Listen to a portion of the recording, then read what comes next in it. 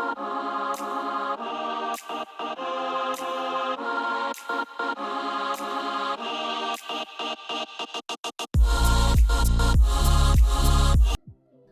everybody. Well, at long last I find the news talking about our economy. The economy figures by the BBC, and you know that they're there to tell you all this stuff, to tell you what's happening, but it's not the truth, were the lowest they could have been, and where that's only 1 month into it. But just look at the things that they're talking about in this. They're taking statues down, they're changing our history right now. Like, it was okay a month or two ago for these statues to be here, but now, you know, and they're using a race thing where something else is going on here. Come on, guys. Anyway, look at the things they're talking about. Anyway, at least they're talking about the economy, I suppose, but I still think that before it all happened, Trump and the lot went behind the curtains. Are we all alright now? You know, I've given you all the money, you know, the NASA money or whatever it is that they've taken. So we're all alright? They go, our economies are sound.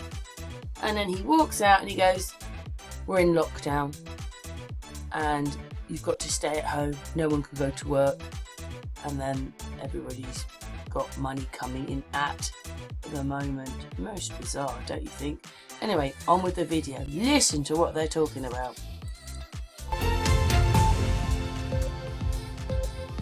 Good morning, you're watching Breakfast with Charlie States and Nagat Manchetti. Our headlines today: the financial impact of coronavirus. Confirmation the UK suffered its biggest ever monthly fall in economic activity as the epidemic took hold. The economy shrank by 20.4% as shops, businesses, offices all stayed closed during lockdown. I'll look at what it could mean for our jobs and our income and how long a recovery could take. Why the family of Tony Brown, who died from COVID-19, has joined more than 400 others who've lost relatives to the disease to demand an immediate public inquiry. 24-hour security for the statue of the Scouts leader, Robert Baden-Powell, in Poole in Dorset, in the face of plans to remove it.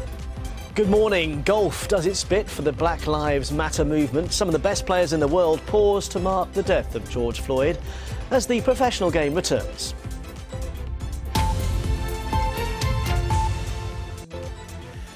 Good morning, it's Friday the 12th of June. Our top story this morning: official figures released in the last few minutes show the economy suffered its biggest ever monthly fall in economic activity in April, which was the first full month of lockdown. It's Ben who's covering this morning and taking a look. Ben, these numbers are astounding. I mean, we knew it was going to be bad, it had to be, and we knew it was going to be a record fall, but take us through it. Yeah, you're absolutely right. Morning to you both. We were expecting a fall of maybe 15% for economic growth in April. These, remember, are the latest figures that give us a sense of what the economy did for a full month of lockdown. The figures we've had before, they were for March, and they gave us a sense of just that 1 week at the end of March when the economy shut down. Now we've got the whole month, and the figures are pretty brutal, down by more than 20%, 20.4% to be exact. I'm just looking at the detail because these were published just at 7 o'clock from the Office for National Statistics. And what GDP measures is all activity across the UK economy. So that might include things like building sites and factories. It might also include things like shops and offices as well. And if you look at some of the detail, they've said that the service sector in these figures is seeing its largest monthly fall since 1997. Production, that's factories and output, largest monthly fall since 1968. Manufacturing, its biggest fall since 1968, and construction, the biggest since 2010. So it does paint a picture of an economy that is really struggling to make any headway, given that the economy effectively shut down overnight. I've been speaking to a whole number of businesses about how they've been trying to adapt, how they've been trying to get back to some sort of normality. And whilst these figures are backward looking, they tell us what's already happened. Quite clearly, what we're all concerned about is what happens next. What will it mean for our jobs? What will it mean for our wages? What will it mean for spending? And can we get back to some sort of normality? Well, businesses are saying, look, we're trying, But given that they have to enforce things like social distancing, given that consumers might be a bit worried about how much money they've got in their pocket, and also given that the hospitality industry is saying it's just not viable to reopen things like bars and restaurants if they have to maintain that social distancing, because they're going to have to spend so much money getting staff in there, getting all of the team that they need, whilst not having full capacity. It means that they cannot get back to the sort of productivity that they are used to. And so it's not surprising we've seen a big fall off in economic activity. On track for a recession. The Chancellor has told us that the UK will enter recession very likely, he says. We'll get official confirmation of that in June, because in its technical definition, a recession is 2 consecutive quarters of negative growth. So we'll find out whether that's happened in June. But given this 20% fall in activity in April, pretty likely that we are already in recession. Ben, I know you're going to drill through the numbers further in a few minutes. We'll let you get back to that, and we'll talk shortly. Thanks. A group of 450 families who've lost relatives to coronavirus are demanding an immediate public inquiry into how the government managed parts of the pandemic. The family of Tony Brown, who died in March, says that there's an urgent need to examine some issues to prevent more deaths. Ministers insist the priority right now is responding to the crisis. When is the appropriate time to go to hospital? It wasn't clear, no one knew that. We were trying to wait it out, everyone was trying to wait it out, we were trying to wait it out. And if you wait too long, it turns out it kills you really quickly. Plans for rigorous border checks after Brexit are expected to be relaxed as part of measures to help businesses affected by the coronavirus pandemic. The UK had committed to introduce import controls on EU goods at the end of the transition period in January. Well, let's talk to our political correspondent, Nick Eardley. Nick, good morning to you. It's interesting having Brexit back as a subject to talk about. Hey. Good morning, Naga, isn't it just? I think the government is now looking at the economic impact that coronavirus is having, as Ben was just telling us, and saying we need to give business some space here. So the plan had been to introduce full checks on the border on the 1st of January when things start to change, the transition period ends, and the measures we've been used to for the last 30 years in the EU are removed. It's not going to do that now. Instead of full checks, we're going to see this light touch where there will only be a few checks, minimal checks on stuff that's coming into the UK from Europe. The government thinks it's a pragmatic approach that will help business. I mean, it doesn't face more pressure on top of the pressure it's already seeing from the coronavirus impact. It's not a complete answer though. We don't know exactly how long that light touch is going to last for. We don't think it will be forever. And goods that the UK is sending to Europe that our businesses are selling on the continent will still probably face checks on the European side because that's up to the EU. But the basic idea here that the government's going to announce later is to give business a bit more space as it tries to recover from the coronavirus crisis. Nick, also lots to talk about. Of course, we've just had those GDP figures, and we'll talk to you in the next hour about how the government will be responding. We've got a couple of interviews this hour as well. But also another thing that's being discussed is Priti Patel, the Home Secretary, who's clashed with Labour MPs over experiences of racism. Yeah, that's right. So Priti Patel, the Home Secretary, was up in the House of Commons earlier this week talking about the Black Lives Matter protest. And she'd faced some criticism from Labour MPs for the way she'd handled it. And she basically said, well, look, I'm from a Ugandan Asian background. I faced racism when I was growing up. So, don't tell me how I'm supposed to respond to this. It's caused a row, basically, because Labour MPs, 32 of them have written to her saying, we don't think you're taking this seriously. The fact that you have experience of racism doesn't mean that you are an authority on everyone else's experiences of racism. Priti Patel doesn't seem to want to budge though. She's saying that she won't be silenced and she won't be lectured by others. It's turning into quite a political row, this one, and it's not really clear to me how they're going to agree on it, so it could rumble on. Nick, thanks very much. Speak to you in the next hour. Barriers have been put up around a number of monuments in London, including the Cenotaph and a statue of Winston Churchill, to try and protect them ahead of further planned anti-racism protests this weekend. Meanwhile, 24-hour security has been placed on a statue of the Scouts founder, Robert Baden-Powell, in Dorset until it can be safely taken down. Nick Beake has more. A show of strength for the first Chief Scout. In Poole, admirers of Robert Baden-Powell stopped the temporary removal of his statue from the quayside.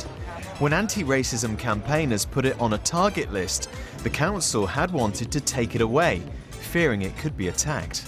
I think whatever Baden-Powell's beliefs were in the past, he's also done a lot of good, and we cannot obliterate history. It's really important that we learn from mistakes of the past. By pulling down history, by destroying our history, no one can learn from that. That's a sentiment shared by one government minister. You cannot escape history, and I think it would be fundamentally dishonest of us to, through removing statues and airbrushing out history, to then pretend that all was well. Do you know, totalitarian regimes do that. The statue of slave trader Edward Colston is expected to end up in a museum after it was retrieved from Bristol docks, where it had been dumped by protesters at the weekend.